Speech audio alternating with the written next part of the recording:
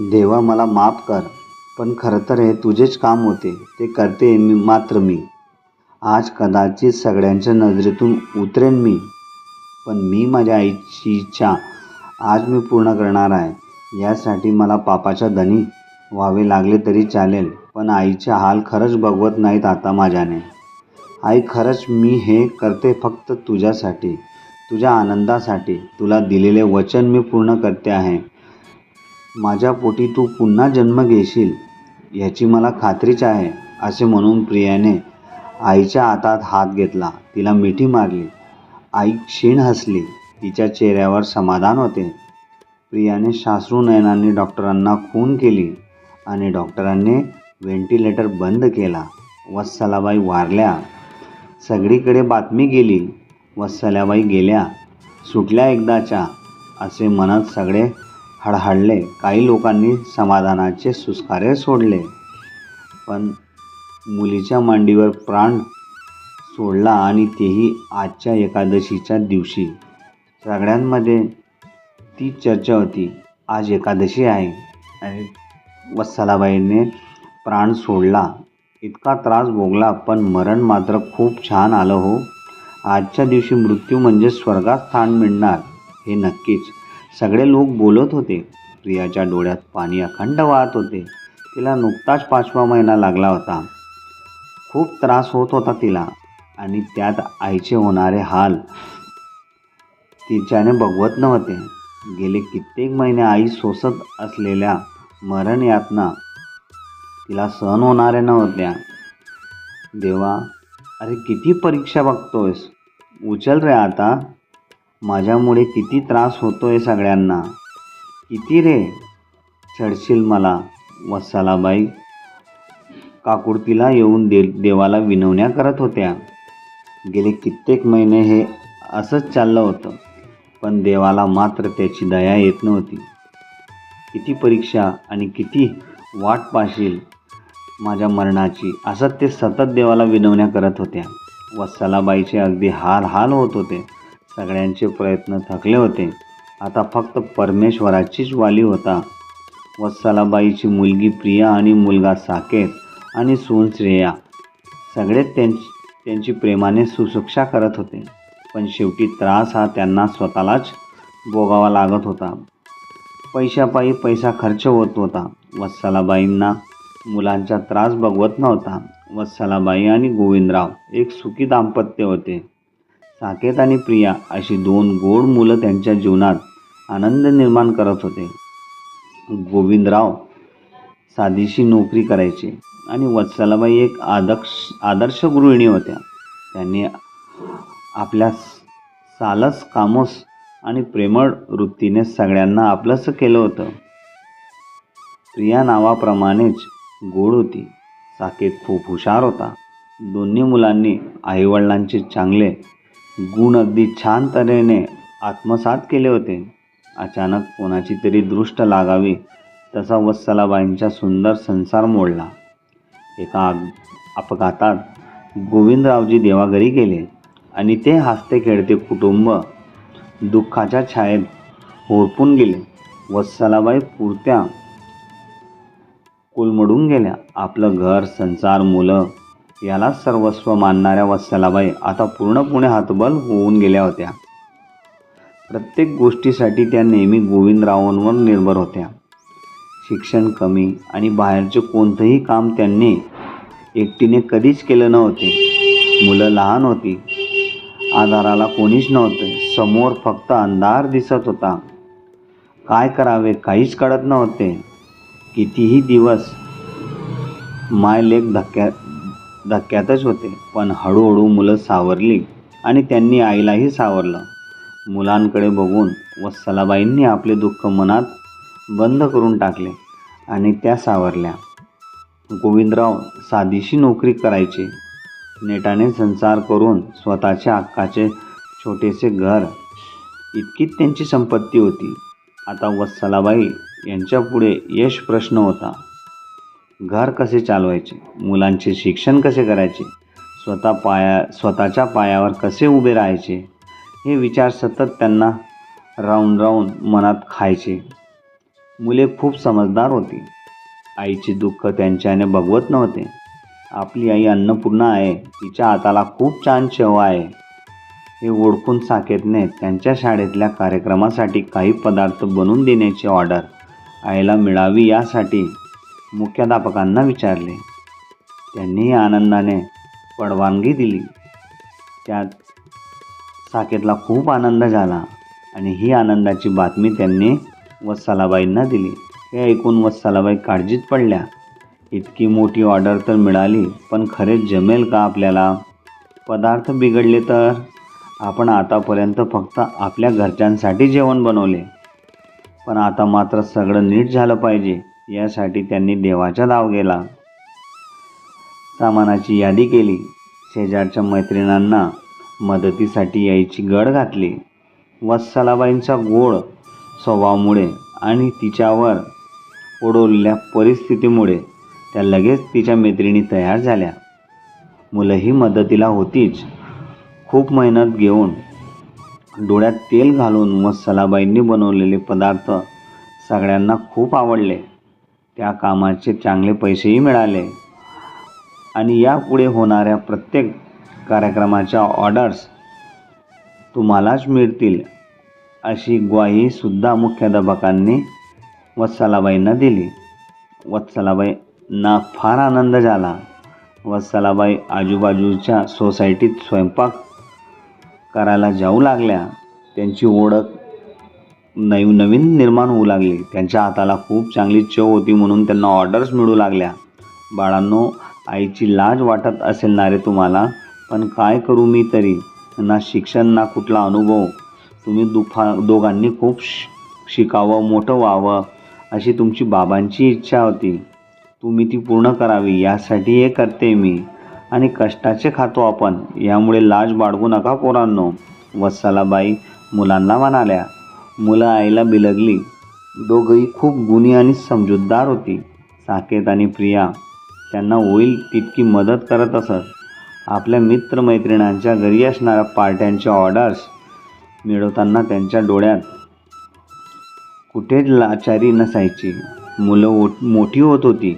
वत्सलाबाईसुद्धा आता चांगलं काम कमवू लागल्या होत्या.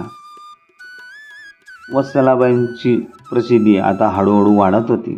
साकेत उत्तम मार्कांनी 12वी झाला आणि कॉलेज करू लागला. संध्याकाळी शिकवण्या घेऊ लागला. प्रियाने आणि साकेतने मिळून आईला एक छोटंसं स्वयंपाकघर उघडून दिलं. प्रिया आईला सगळी मदत करायची आणि साकेत बाहेरचे आणि जे घराला लागणारे असणारे सामान आणून द्यायसाठी त्यांची मदत करायच्या. वत्सलाबाईच्या हाताची चव प्रसिद्ध होताच त्यामुळे स्वयंपाकघर उत्तम चालू लागलं. आईला मुलांचा खूप अभिमान होता. मुलांनाही आईच्या कष्टाची जाणीव होती. दोघेही मन लावून अभ्यास करायचे. वत्सला समाधानी होती. आता सुखाचे दिवस येऊ लागले होते.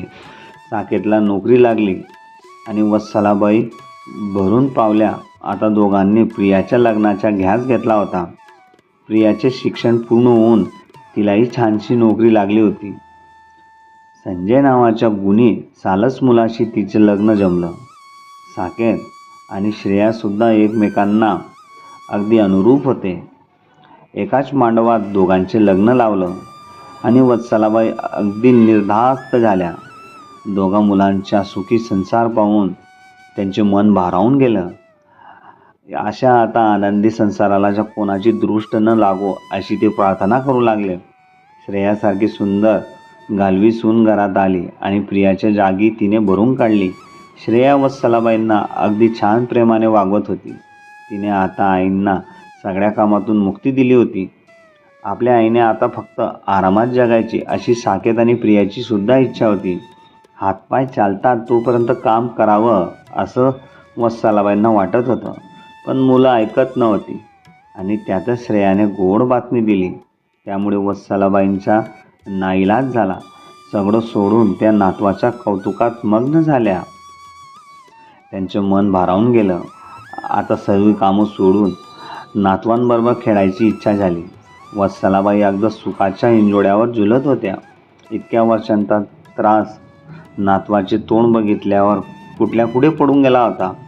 अधूनमधून दुखणारे पोट इतकाच काय तो त्रास, बाकी या वयातही त्यांची तब्येत अगदी ठणठणीत होती. आपली इतके वर्षे शिळे अन्न खाल्ले, कधीतरी अर्धपोट राहिलो म्हणून हा त्रास होत असावा असंच त्यांना वाटायचं. मुलांच्या समोर त्यांनी कधीच हे दाखवलं नव्हतं. नेहमीच त्या आनंदित असायच्या, नाटक करायच्या. फक्त प्रियाला अजून मूल झालेलं नव्हतं म्हणून त्यांना काळजी वाटायची प्रियाची. एक दिवस अचानक वत्सलाबाईंचं पोट खूपच दुखायला लागलं. त्या गडबडा लोळू लागल्या. साकेत आणि श्रेया खूप घाबरले. त्यांनी ताबडतोब आईला हॉस्पिटलमध्ये ॲडमिट केलं. डॉक्टरांनी सगळ्या टेस्ट करून घ्यायला सांगितल्या. आपली आई इतकी धडधाकट असताना अचानक काय झाले हे साकेतच्या मनात प्रश्न पडू लागला आणि त्यांनाही कळेना की काय होत असेल आईला. रिपोर्ट्स आले. डॉक्टरांनी साकेत आणि श्रेयाला बोलावले. साकेत, श्रेया, हे बघा, मी आता तुम्हाला जे सांगणार आहे ते खूप भयंकर आहे. अगदी तुमच्या कल्पना पलीकडचे आहे, पण हे सत्यच आहे. मी दुसऱ्या 2 डॉक्टरांकडून खात्री करून घेतली आहे. आता मन घट्ट करा. वत्सलाबाईंना कॅन्सर आहे. लास्ट स्टेजवर आहेत त्या, डॉक्टर म्हणाले आणि साकेत श्रेयाच्या पायाखालची जमीन सरकली. त्यांना बिलकुल आश्चर्याचा धक्काच बसला. दोघंही थाय मोलकून रडू लागले. थोडं सावरल्यावर साकेतने प्रियाला बोलवून घेतले. तिला या गोष्टी सर्व सांगितल्यावर तिची अवस्था साकेत आणि श्रेयासारखीच झाली. तिघंही अगदी कोसळले. कोण कोणाला सावरणार? अशात आता पुढे काय करायचे हा मोठा प्रश्न होता. तिघेही माघार घेणार नव्हते. आईसाठी काही करण्याची त्यांची पूर्ण तयारी होती. आईला काही होऊ द्यायचे नाही म्हणून त्यांची धडपड सतत सुरू होती. वत्सलाबाई वाचण्याची शक्यता अगदी नगण्य होती. वत्सलाबाईंना अतोनात वेदना होत होत्या. त्या बऱ्या होण्याची शक्यता नव्हतीच, पण तरीही मुलं आणि डॉक्टरांची प्रयत्न सुरू होती. तिघेही आईची खूप छान काळजी घेत होते. तिला होईल तितका आनंद देण्यासाठी प्रयत्न करत होते. वत्सलाबाई मृत्यूसाठी देवाला दररोज विनवत होत्या. आता त्यांचा त्रास त्यांना सहन होत नव्हता, पण देव त्यांची परीक्षा बघतच नव्हता. एक दिवस प्रिया आईजवळ बसली होती. प्रिया, बाळा, माझं आयुष्य आता संपण्यात आलं आहे. मी आनंदी आहे, समाधानी आहे. तुझ्या मुलीचं तोंड काही मी बघायला राहणार नाही, पण तुझ्या पोटी मात्र मी नक्कीच जन्म घेणार बघ. माझे एक ऐकशील का? मला सोडवशील का या सगळ्यातून? पाठवशील मला देवाकडे? आईचे बोलणं ऐकून प्रियाला काहीच कळेना. आई, अगं हे काय बोलतेस तू? प्रिया म्हणाली. मला खरंच काही कळत नाही आणि मला माहिती आहे तुला माझ्या बाळाला बघायचे आहे, पण काय करू ग? इतके प्रयत्न करूनही अजून माझी कूस उजवत नाही. पण तुझी इच्छा नक्कीच लवकर पूर्ण होईल बघ. आता झोप बघू, प्रियाने आईला समजवले. आईचे म्हणणे ऐकून खरं तर प्रिया चक्रावून गेली होती, पण तरी तिच्या समाधानासाठी ती डॉक्टरांकडे गेली. आणि काय आश्चर्य, डॉक्टरांनी आनंदाची बातमी दिली. प्रिया आई होणार होती. हा चमत्कारच होता. प्रियाला खूप आनंद झाला. ती लगेच आईकडे आली आणि तिला आनंदाची बातमी दिली. बघ, माझी इच्छा पूर्ण होणार आता. मी तुझ्या पोटी पुन्हा जन्म घेणार. तुझ्या मुलीच्या रूपाने मी पुन्हा तुमच्या सोबत असेन. पण आता मला सोडव यातून. माझी शपथ आहे बघ तुला. माझी ही शेवटची इच्छा तू पूर्ण कर. बाळा, मला इच्छा मरण हवं आहे. मला मृत्यू हवा आहे. मृत्यू हवा आहे. माझ्या ऐक ग पुरी, इतकी इच्छा पुरी कर. आपल्या आईला आनंद दे ग, मरण दे ग मला. वत्सलाबाई रडत रडत प्रियाला विनवत होत्या आणि त्यांचा तो त्रास बघून प्रियाही रडत होती. काय करावे काहीच कळत नव्हते. प्रियाने खूप विचार केला. ती डॉक्टरांशी बोलली. वत्सलाबाईची वाचण्याची अजिबात शक्यता नाही. त्या म्हणतात तशी इच्छा मरणाला भारतात नक्कीच परवानगी मिळाली आहे, पण परदेशात हा कन्सेप्ट अस्तित्वात आहे.